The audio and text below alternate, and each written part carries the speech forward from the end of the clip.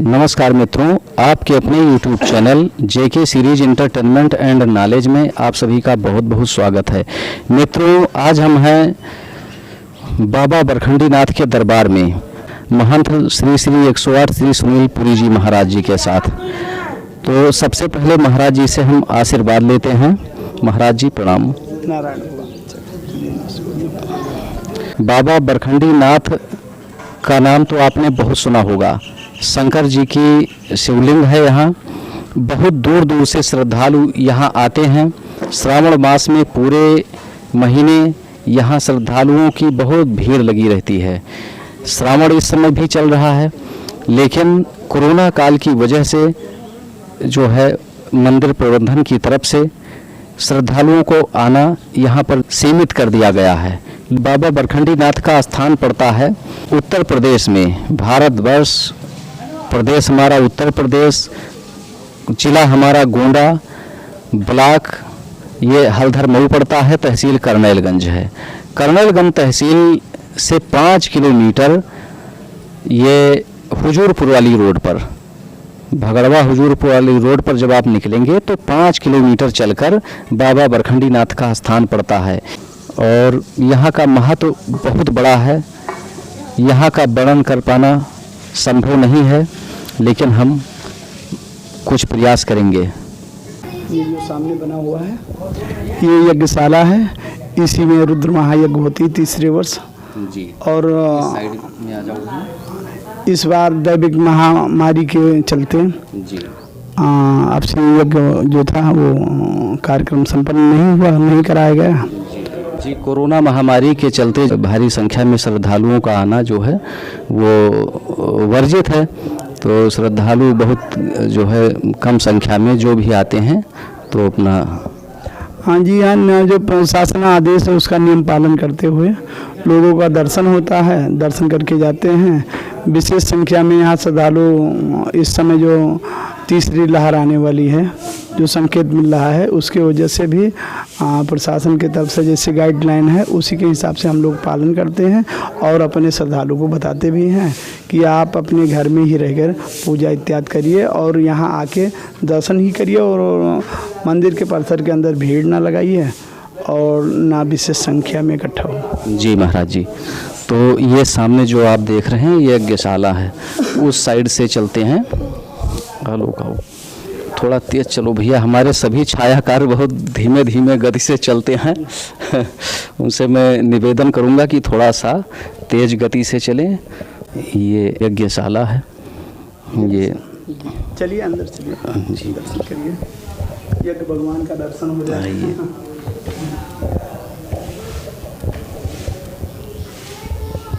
इस समय पर ये हमारे यहाँ वैदिक विद्वान हैं जिनके माध्यम से इस श्रावण मास का जो संकल्प है अपना वही चल रहा है जी। स्थान की तरफ से संकल्प ये चल रहा है जी महाराज जी। बाहरी कोई यहाँ का इस समय संकल्प वर्जित है।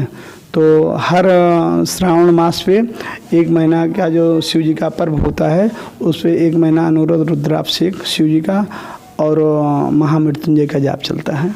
जी महाराज जी। 2 साल पहले हम जो है जब यहाँ श्रावण मास में आए थे, जब से कोरोना काल चल रहा है, इससे पहले यहाँ भक्तजनों की काफ़ी भीड़ होती थी, काफ़ी संख्या में श्रद्धालु यहाँ आते थे और अपनी मनोकामनाएं लेकर के बाबा के दरबार में। तो चलिए और आगे चलते हैं महाराज।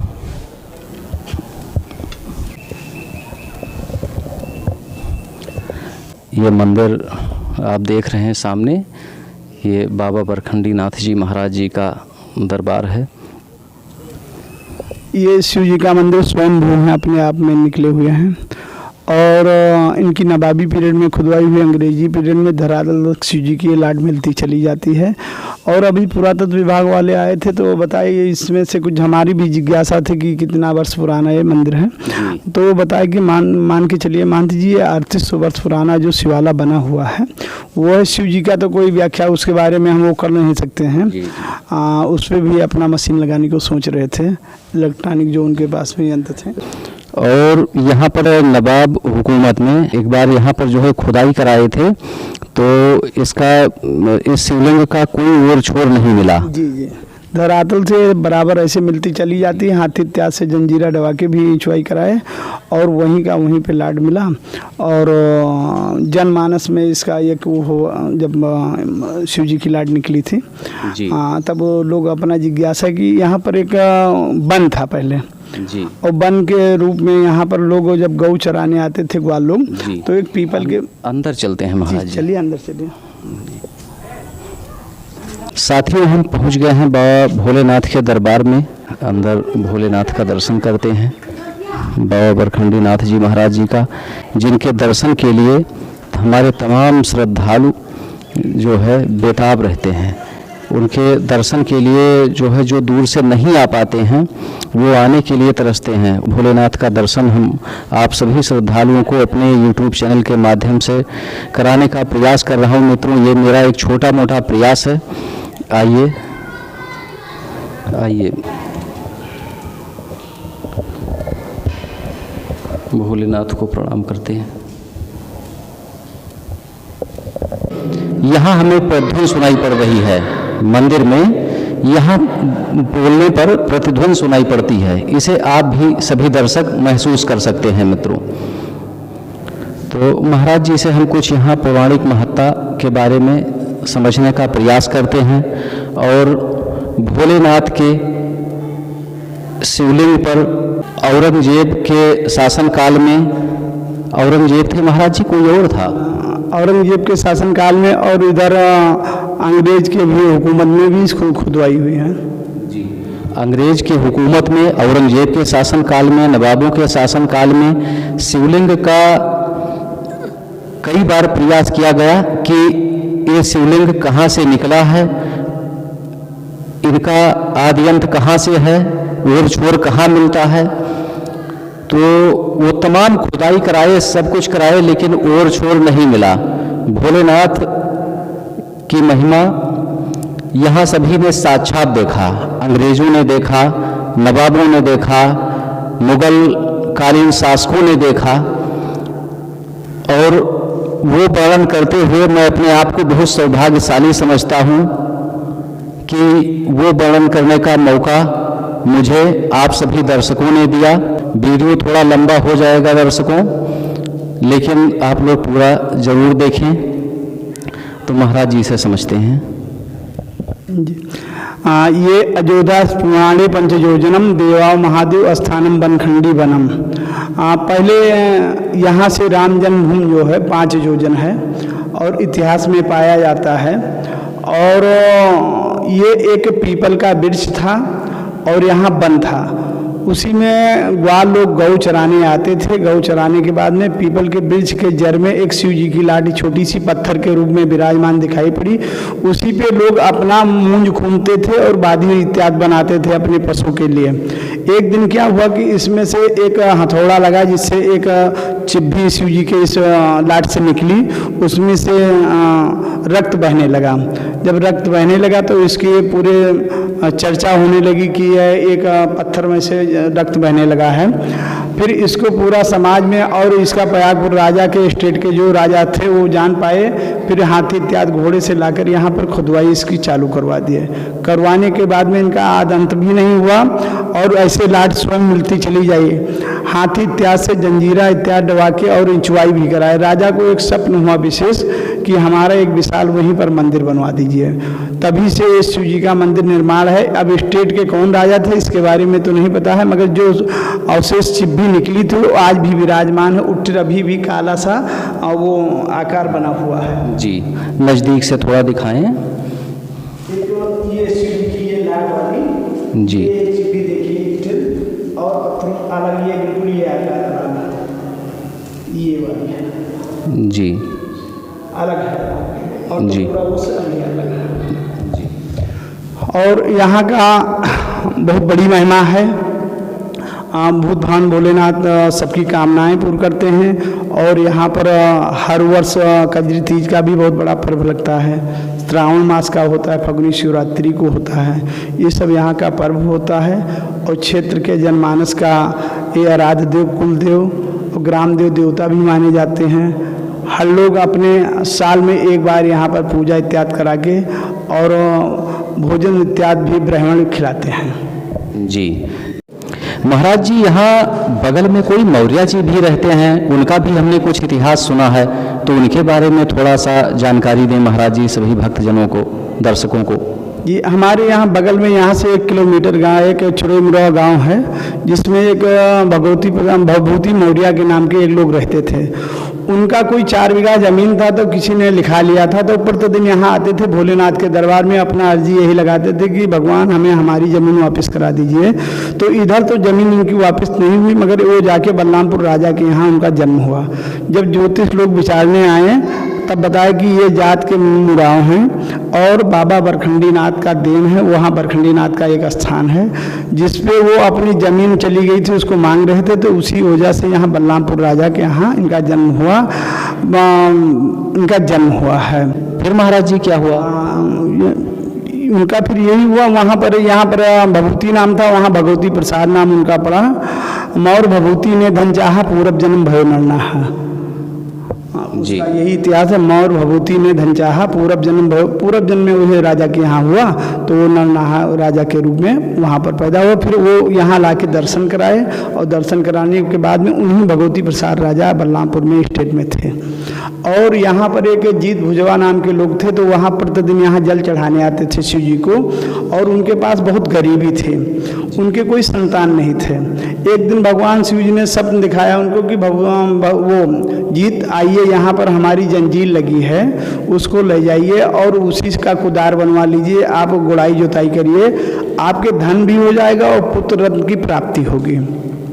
यहाँ पर जब जीत भुजवा आए, जो हमारे खानदान के, हमारे पूर्वज के, जो हमारे बाबा दादा गुरु थे, उनसे जब कहने लगे तो कहें कि कहीं जंजीर हो सकती है कि टूटी देखे हो, उसी के कारण आप ले जाना चाहते हो। तो यहाँ पहले पहलवान लोग रहते थे, उनसे डंडा जंजीरा में एक भंडा डला के इधर उधर लटकाए, कहीं टूटी नहीं। फिर जीत भुजवा से कहने लगे कि अगर भोलेनाथ ने आपको जंजीर दिया है तो आप ले लीजिए। फिर उसके बाद जीत भुजवा के यहाँ पर जल चढ़ाए, और जैसे हाथ लगाए तैसे आधी जंजीर, ये जो लगा हुआ है, छत्र लगा हुआ है, वो आधी जंजीर वहाँ से कट के गिर गई। जो अभी आधी पुरानी जंजीर ही, आधी उनके बाद की लगवाई हुई, अभी वो लगी हुई है, डेढ़ा जंजीर लगी हुई है। अच्छा, नज़दीक से दिखाएं, वो डेढ़ा जंजीर जो लगी हुई है वो आधी टूट करके उनको मिल गई थी महाराज जी। मिलने के बाद में और लोहार को भी स्वप्न हुआ कि इनका पैसा ना लीजिए, इनकी जंजीर वो कुदार बनवा दीजिए। कुदार बनवाए और जीत भुजवा उस कुदार से गुड़ाई जुताई करने लगे। करने के बाद में पुत्र की प्राप्ति भी हुई उनको, और उसके बाद में भोलेनाथ सब कुछ संपन्न किए। उन्हीं जीत भुजवा के लगवाई हुई, आज तो उनके खानदान में कोई नहीं, पुत्र का एक शादी उनके ठना, शिव जी को लाए, न्योता चढ़ाए। न्योता चढ़ाने के बाद में शिव जी को संत के रूप में अपना वहाँ गए, विराजमान हुए। और विराजमान होने के बाद में कहे कि जीत भुजवा ने कहने लगे कि महाराज जी आप बरात चलिए। वो कहें कि यहीं पर धुनी लगवा दीजिए। वहाँ पर उनकी धुनी लगवा दी। उसके बाद में जो औरतें अपना गाना बजाना करती हैं, बड़े रोड़े इत्यादि पे चढ़ती हैं, तो बाबा जी कहा कि कोई भाव भजन गाइए। वो लाके 2 बाल्टी पानी उनके धुनी में डाल दिए महाराज जी के, जीत की औरत। फिर उसके बाद में धुनी बुझ गई, महाराज जी वहीं बैठे थे। और महाराज जी जब बारात आई, उसके बाद में कहा कि जीत जा, मेरी धुनी बुझ गई, तुम्हारी भी बुझ जाएगी। और बाबा जी वहीं से अंतर ध्यान हो गए, और जीत भुजवा का जो बच्चा था वहीं द्वारे पे ख़त्म हो गया। और जीत के आज घर पे कोई नहीं है, मगर उनकी आधी जंजीर लगवाई हुई जीत की अभी यहाँ पर लगी है। तो महाराज जी यहाँ जो है एक बाहर पीपल का पेड़ जो है उसमें सारी अपने आप आकृतियाँ बनी हुई हैं। और सबसे बड़ा यहाँ का शिव जी का महत्व ये है कि हमारे खानदान में केवल 2 ही भाई होते हैं, एक गृहस्थ होते हैं, एक विरक्त होते हैं। 32 पीढ़ी से अनोरथ चल रहा है, न 3 होंगे, न 4 होंगे, न 6 होंगे। भोले बाबा की कृपा केवल 2 ही भाई होते हैं, जिसमें से बड़े की शादी हो जाती है, छोट को चाचा ही अपनी भतीजी को शिष्य बना लेता है, वो भतीजा अपने भतीजी को, ऐसे ऐसे ये चल रहा है भोले बाबा की कृपा। ये महाराज जी कितने पीढ़ी से चल रहा है? यहाँ पर हमारा इस समय 32वां पीढ़ी है। 32वीं पीढ़ी, बहुत बड़े आश्चर्य की बात है। भोलेनाथ की ये साक्षात महिमा है कि महाराज जी के ये 32वीं पीढ़ी है। 2 भाई होते हैं, एक भाई गृहस्थ और एक भाई महंत होते हैं यहाँ के। तो जो महंत होते हैं वो गृहस्थ वाले के एक लड़के को महंत बना लेते हैं, जो दूसरा बेटा है वो शादी कर देते हैं, उनका विवाह हो जाता है, वो गृहस्थ हो जाते हैं। फिर उनके दो बेटे होते हैं, एक बेटा महंत हो जाता है, एक बेटा गृहस्थ हो जाता है। ऐसे ऐसे करके ये परंपरा 32वीं पीढ़ी से महाराज जी की चली आ रही है। ये भी भगवान भोलेनाथ की बहुत बड़ी कृपा है। तो चलिए मित्रों, महाराज जी के साथ हम और दर्शन करते हैं और भोलेनाथ का वर्णन जो है सुनते हुए महाराज जी के मुखारबिंद से चलते हैं। महाराज जी चलें पीपल का वृक्ष का दर्शन करा दें, जहाँ पर सभी देवी देवताओं को, कई देवी देवताओं की आकृतियाँ निकली हुई हैं। अपने आप तमाम देवी देवताओं की आकृतियाँ निकली हुई हैं उस विशाल पीपल के वृक्ष में। तो आपको नज़दीक से दिखाते हैं। ये देखिए पास में पीपल के पास हम लोग पहुंच गए हैं, महाराज जी और हम आपको दर्शन कराएंगे सभी भक्तजनों। ये पीपल का वृक्ष दिखाई पड़ रहा है जो सामने, इसी में तमाम देवी देवताओं की आकृतियां अपने आप उभर आई थीं, अपने आप उभर आई थीं। पता नहीं जो है कैसे ये भगवान का चमत्कार हुआ भोलेनाथ का। आइए आपको पास से दिखाते हैं।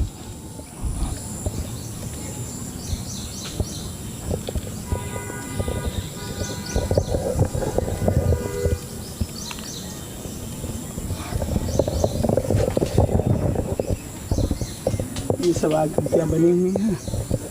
ये आकृतियाँ जो सामने दिखाई पड़ रही हैं, तमाम देवी देवताओं की आकृतियाँ अपने आप उभर आई थी पेड़ में और आज भी मौजूद हैं। ये आकृतियाँ आज भी बनी हुई हैं, विद्यमान हैं आकृतियाँ महाराज जी। हाँ, ये आज के 3 वर्ष पहले अपने आप छोटी छोटी आकृतियाँ थी, आज बड़ी हो चुकी हैं जी। और इसमें कुछ आकृतियाँ का आकलन भी किया गया है। जैसे बीच में लंबोदर गणेश जी की आकृति बनी हुई है। इधर से देखिए, ये साइड में ये और उधर ये कान है, बीच में लंबोदर गणेश जी का ये सूंड बना हुआ है। ये शेषनाग जी का ये फण बना हुआ है, देखिए पूरा क्लियर हो रहा है। ऐसे और ब्रह्मा विष्णु महेश जी की आकृतियाँ बनी हुई हैं।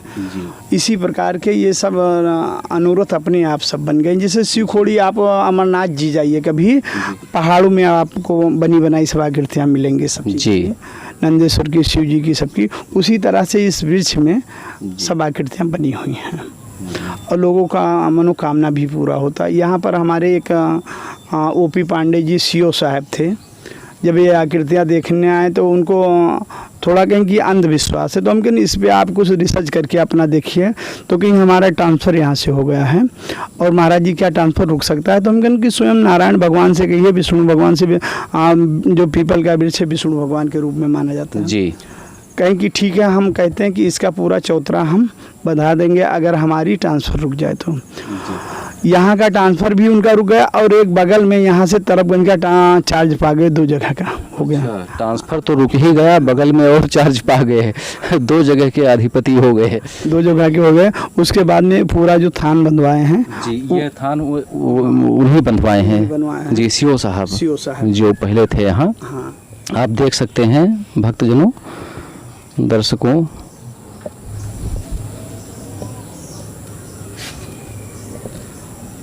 और बहुत पुराना भी वृक्ष है।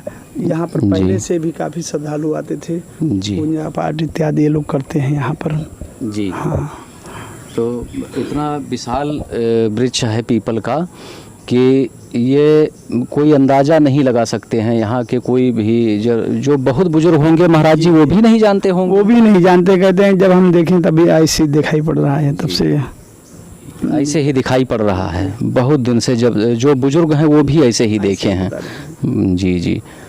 तो ये आकृतियाँ निकली हुई हैं, ये भगवान भोलेनाथ का, यहाँ बाबा बरखंडी नाथ के जो है भोलेनाथ का चमत्कार ही है।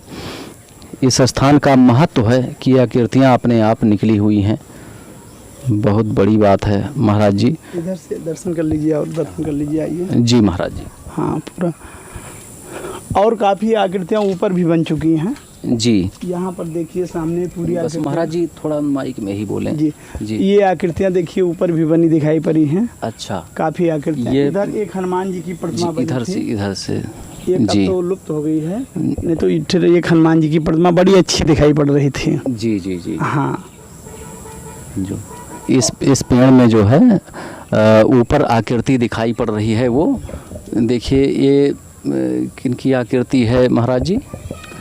अब ये सब पूरा आकलन करने से धीरे धीरे इसका जब जी जी हाँ, स्वरूप इसमें सभी तमाम देवी देवताओं का स्वरूप इसमें बनता बिगड़ता रहता है।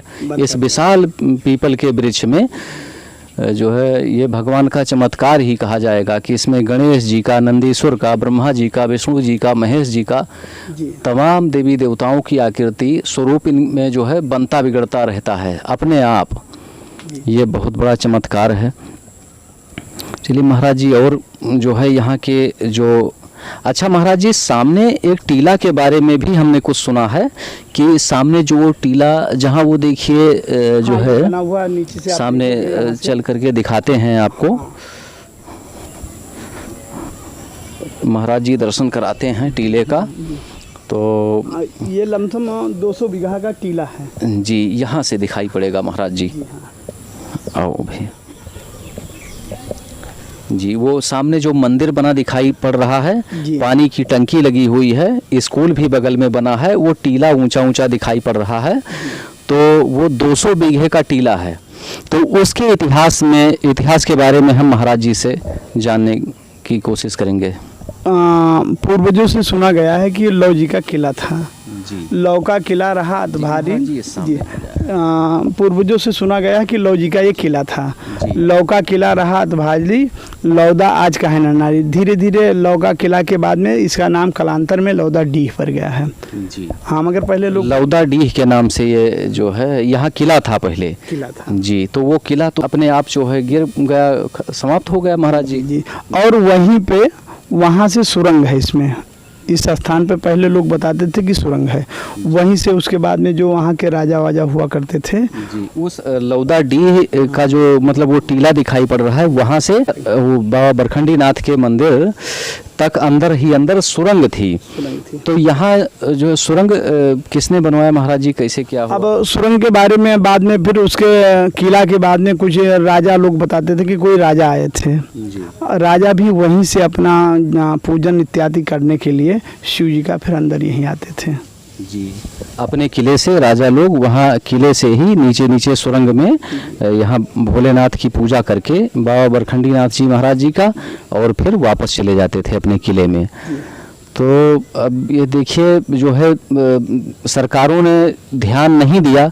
यदि सरकारें ध्यान देती, अंग्रेज ज़माने में जो सरकारें थी उससे पहले भी पूर्ववर्ती जो लोग शासक हुआ करते थे, यदि वो सभी लोग ध्यान देते तो महाराजा लौ का जो किला था, तो ये किला सुरक्षित होता। यदि बराबर देखभाल होती, ध्यान रखा जाता, तो हमारी ये धरोहर है तो सुरक्षित रहती। पता नहीं कितने हमारे देश में तमाम ऐसे स्थान हैं जो उपेक्षा के कारण धीरे धीरे जर्जर हो रहे हैं। मैं अपने चैनल के माध्यम से सरकार से जो भी मतलब जिनके द्वारा ये कायाकल्प किया जा सके वो कुछ ना कुछ करें यहाँ के बारे में। आज भी यहाँ पर जो शरणार्थी होते हैं, जब कभी बाढ़ आती है, अब तो कुछ दिन से काफ़ी दिन हो गया बाढ़ आया नहीं बाढ़ आती है, जो क्षेत्र के लोग होते हैं वही शरणार्थी होते हैं, वहाँ पर कभी बाढ़ का पानी नहीं चढ़ता है जी। इतना ऊंचा है कि बाढ़ का पानी कभी नहीं चढ़ता है। तो मैं अपने चैनल के माध्यम से सरकार से अपील करता हूँ कि यहाँ के पुनरुद्धार के लिए कुछ ना कुछ करें, ताकि ये हमारी सभ्यता, संस्कृति, हमारी पहचान ये फिर से कायम हो सके। यहाँ लौदा डीह में बाबा बरखंडी नाथ जी के मंदिर के निकट महाराज जी चलते हैं और कुछ जानकारी महाराज जी आपसे लेते हैं। भोलेनाथ के दरबार में हाजिरी लगी तो वहाँ के संबंध में कुछ और जानकारियाँ लेते हैं महाराज जी। एक ये माता जी का मंदिर का निर्माण चल रहा है इस समय, जो सामने से माता जी का, पार्वती जी का मंदिर है। छोटा था, उसमें दर्शक लोग जब आते थे तब उसमें काफ़ी भीड़ हो जाती है। चल कर के पास से महाराज जी दिखाते हैं। ये माता पार्वती जी का एक विशाल मंदिर का निर्माण चल रहा है। 51 फुट ये ऊंचा जाएगा, और जो शिव जी का मंदिर बना है उसी के हिसाब से इस मंदिर का आकृति भी रहेगी, मगर ये क्या कलसा के रूप में विराजमान रहेगा। और अपना प्रयास और सबका चल रहा है सहयोग से जी महाराज जी।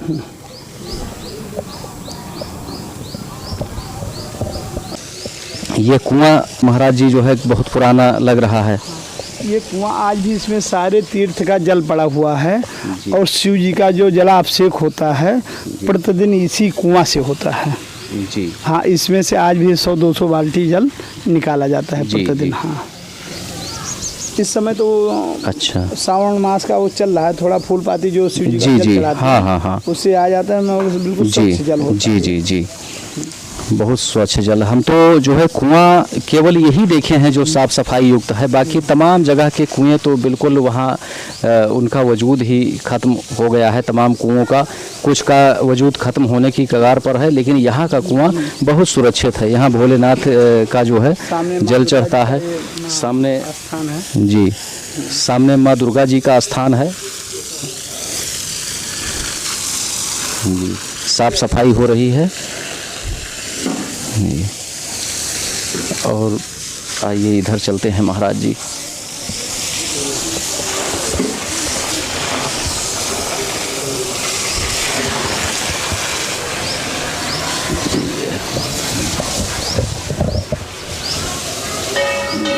ये माँ पार्वती जी का और गौरा जी का दोनों स्थान यहाँ पे हैं। एक गौरा माँ की यहाँ पर प्रतिमा है, एक पार्वती जी की है। जी महाराज जी।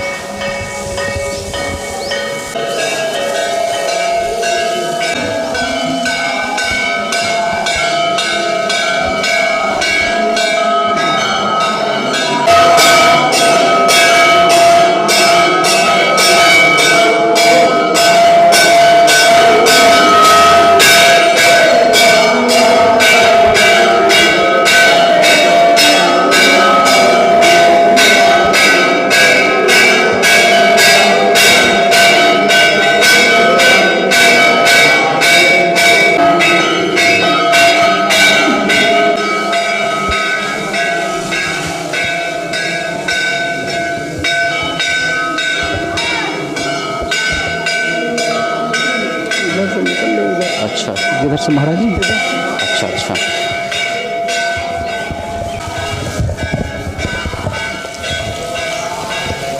यात्री के रहने के लिए ये धर्मशाला है, इसमें यात्री लोग जी। आके यहाँ जो भी श्रद्धालु आना चाहें तो उनके रुकने की भी व्यवस्था यहाँ है। मंदिर प्रबंधन की तरफ से महाराज जी के द्वारा ये धर्मशाला है महाराज जी। यहाँ सामने धर्मशाला, आगे भी धर्मशाला, अच्छा अच्छा, ऐसे निकल सकते हैं। जी जी जी, ये धर्मशाला है धर्मशाला जी। यात्री लोग जब आते हैं जी पर रुके अपना रुकते हैं, वैसे जी महाराज जी। जो बाहरी आते हैं जी, रुकते हैं। इधर से भी कमरा है, ये धर्मशाला है और तमाम यात्री लोग आते हैं, जो श्रद्धालु आते हैं वो यहाँ रुकते हैं। साधु संत जो आते हैं वो भी यहाँ रुकते हैं, उनके लिए भी व्यवस्था महाराज जी के द्वारा की गई है मंदिर प्रबंधन की तरफ से।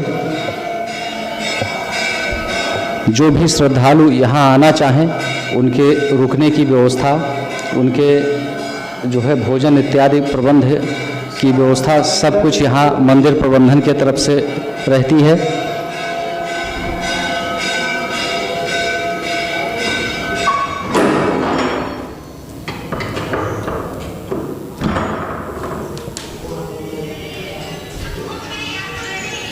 इधर से निकास है एक टीना सेट पड़ा हुआ है, इसके नीचे जी। भी यात्री जब पर्व पर आते हैं इसमें जी रुकते जी हैं। जी। हाँ पूरा जब भारी संख्या में श्रद्धालु आ जाते हैं तो ये टीन सेट पड़ा हुआ है, लगा है, दूर तक है, तो इसमें तमाम श्रद्धालु रुकते हैं। और श्रद्धालु रुकते हैं और भंडारा इत्यादि यहाँ पर चलता है। इसी के नीचे भोजन लोग कराते हैं। आगे भी यहाँ पर जो बाहरी लोग आते हैं अपना संकल्प करते हैं, पूजा पाठ इत्यादि करना चाहते हैं वो करते हैं। इधर भी व्यवस्था है उन सब के लिए। जी महाराज जी।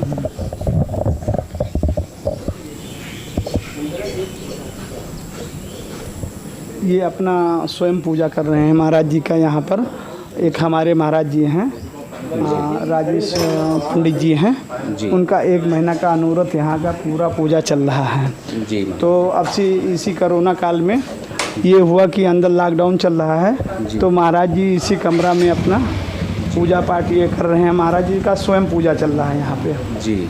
हाँ, ये महाराज जी हैं हमारे आचार्य जी। जी हाँ, इनका पूजा चल रहा है, अनुष्ठान अपना पूरा। हाँ महाराज जी का। महाराज जी से आशीर्वाद प्राप्त करते हैं। चलिए महाराज जी, बहुत बहुत जो है हम अपने आप को भाग्यशाली समझते हैं जो आप सभी का जो है सानिध्य प्राप्त हुआ और आप सभी का आशीर्वाद प्राप्त हुआ। महाराज जी लोग इधर आ जाइए, हम अपने छायाकार इधर महाराज जी आ सकते हैं। अच्छा अच्छा, अपने छायाकार बंधु से हम निवेदन करेंगे कि थोड़ा इस साइड में आ जाएं इधर, ताकि हम महाराज जी से थोड़ा कुछ। महाराज जी हम कहीं व्यवधान तो नहीं पैदा कर रहे हैं जी? तो महाराज जी आप अपना परिचय बताएं। जी, मेरा नाम राजेश कुमार शुक्ल है, परसा गोंडरी हल्द्रमो ब्लॉक का रहने वाला हूँ। जी महाराज जी, तो यहाँ अनवरत जो है आप अपना अनुष्ठान जारी रखे हुए हैं जी। प्रतिवर्ष सावन में या मलमास में मैं यहीं पर आकर के कैंप लगाता हूँ। मेरे रजिस्टर्ड जजमान हैं जो श्री महाकाल रुद्राभिषेक समिति अंतर्गत एक हमारी समिति है, उसमें हमारे जो जजमान हैं उनका नित्य पार्थिव पूजन होता है और रुद्राभिषेक होता है। अभी कुछ ही क्षण में रुद्राभिषेक होगा और उसके बाद में शाम को आरती की जाएगी और प्रतिदिन यही प्रक्रिया चलती रहती है। पूरे 1 महीने का ये कार्यक्रम है। जी महाराज जी, बहुत बहुत धन्यवाद महाराज जी। तो चलिए महाराज जी के साथ में चलते हैं। महाराज जी के द्वारा एक बार 2 हिरन के बच्चों को बचाया गया था जिन्हें कुत्ते नोच रहे थे। तो उन हिरन के बच्चों का वीडियो मैं अगले भाग में दिखाऊंगा, तो उनके बारे में भी जानकारी लूँगा। सब मंदिर जो है के बाहर जो दुकानें हैं वो हैं।